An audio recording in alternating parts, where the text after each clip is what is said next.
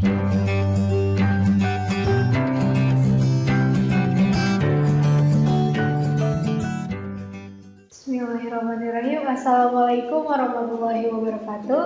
Kembali lagi dengan saya Siti Soraya di mata pelajaran IPS kelas 8. Itu kita akan membahas tentang bab 4 tentang perubahan masyarakat Indonesia pada masa penjajahan dan tumbuhnya semangat kebangsaan.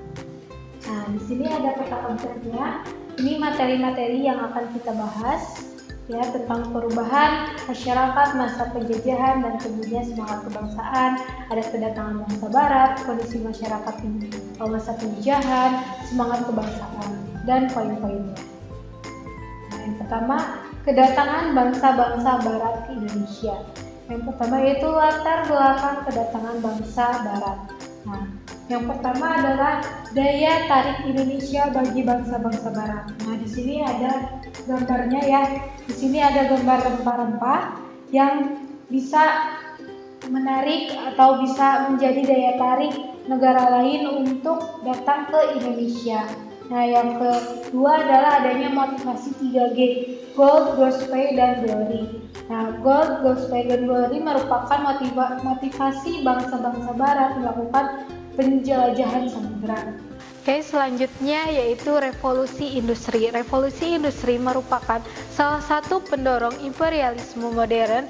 Sudah sangat lama bangsa-bangsa Eropa mengetahui Nusantara Indonesia sebagai sumber rempah-rempah. Selanjutnya, kedatangan bangsa-bangsa barat ke Indonesia. Nah, yang pertama, kedatangan bangsa Portugis di Maluku. Nah, perjalanan bangsa Portugis mencari sumber rempah-rempah ke Indonesia. Nah, yang kedua, ekspedisi bangsa Inggris. Yang ketiga, kedatangan bangsa Belanda di Jakarta, yaitu adanya kedatangan Hotman di Indonesia untuk berdagang dan mengambil hasil sumber daya alam di Indonesia.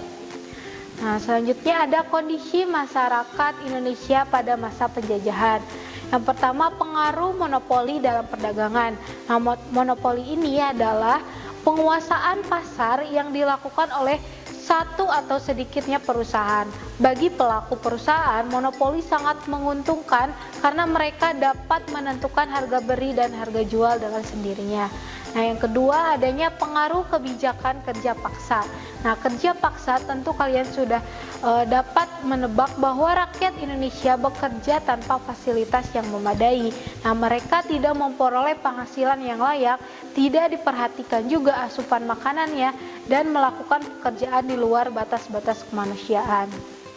Nah, ini adalah gambar kerja paksa di zaman Dendles ya.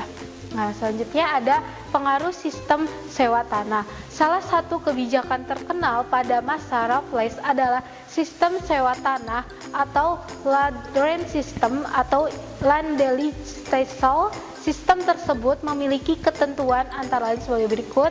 Yang pertama, petani harus menyewa tanah meskipun dia adalah pemilik tanah tersebut. Yang kedua, harga sewa tanah tergantung kepada kondisi tanah. Yang ketiga, pembayaran sewa tanah dilakukan dengan uang tunai. Dan yang terakhir, bagi yang tidak memiliki tanah dikenakan pajak kepala. Selanjutnya ada pengaruh sistem tanam paksa. Nah, pada tahun 1830, Johannes van den Bosch menerapkan sistem tanam paksa atau kultur stelsel. Nah, kebijakan ini diberlakukan karena Belanda menghadapi kesulitan keuangan akibat Perang Jawa atau Perang Diponegoro. Nah, ketentuan kebijakan tanam paksa yang diberlakukan pemerintah Hindia Belanda sangat memberatkan masyarakat Indonesia tentunya. Apalagi pelaksanaannya penuh dengan penyelewengan sehingga semakin menambah penderitaan rakyat di Indonesia.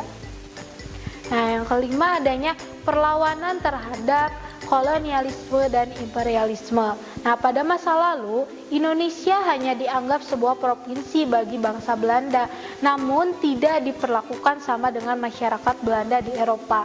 Nah, Belanda hanya menguras kekayaan Indonesia untuk kemakmuran negerinya. Kemudian bangsa Indonesia memulai serangan atau perlawanan agar dapat merebut kembali bangsa Indonesia tanpa ada campur tangan negara asing. Nah, yang pertama adanya perlawanan terhadap persekutuan dagang.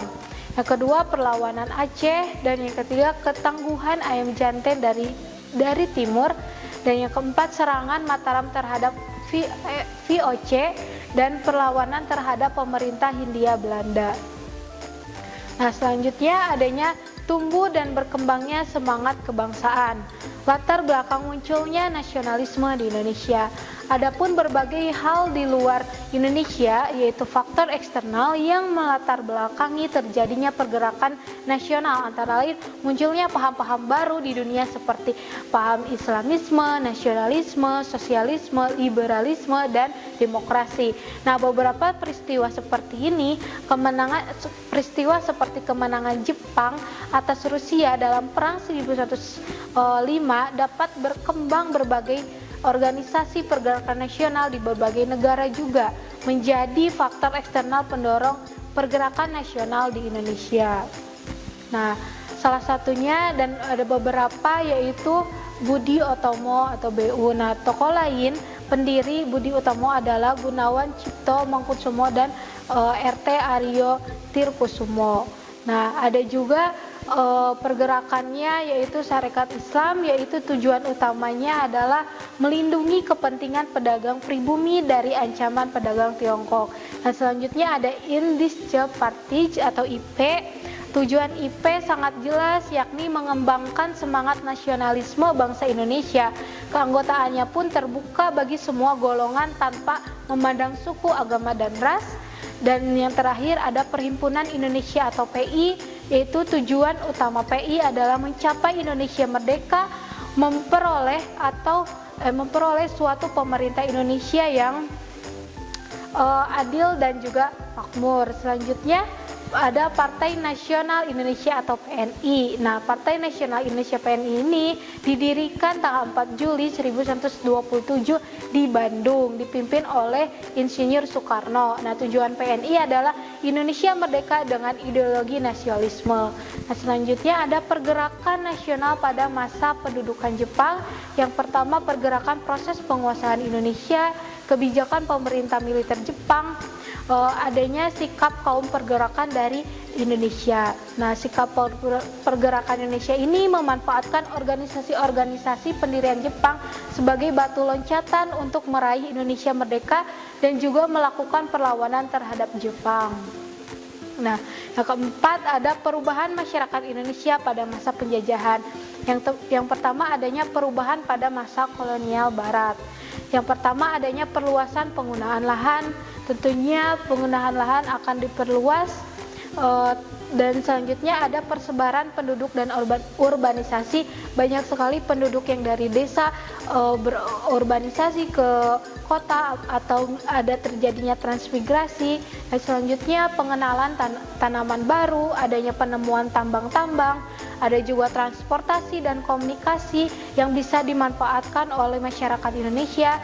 Ada yang mengenal uang, bisa transaksi dengan uang, dan perubahan dalam aspek politik, perubahan dalam aspek ekonomi, dalam perdagangan menjadi lebih luas, dan perubahan dalam aspek pendidikan yang banyak sekali sekolah-sekolah yang didirikan.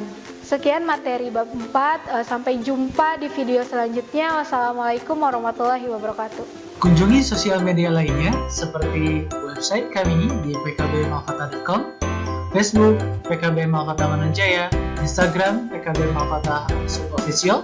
Dan terima kasih telah klik video ini. Jangan lupa like, comment, share, and subscribe untuk menunjukkan dukungan kamu terhadap channel ini. Enjoy the video PKB Malkata.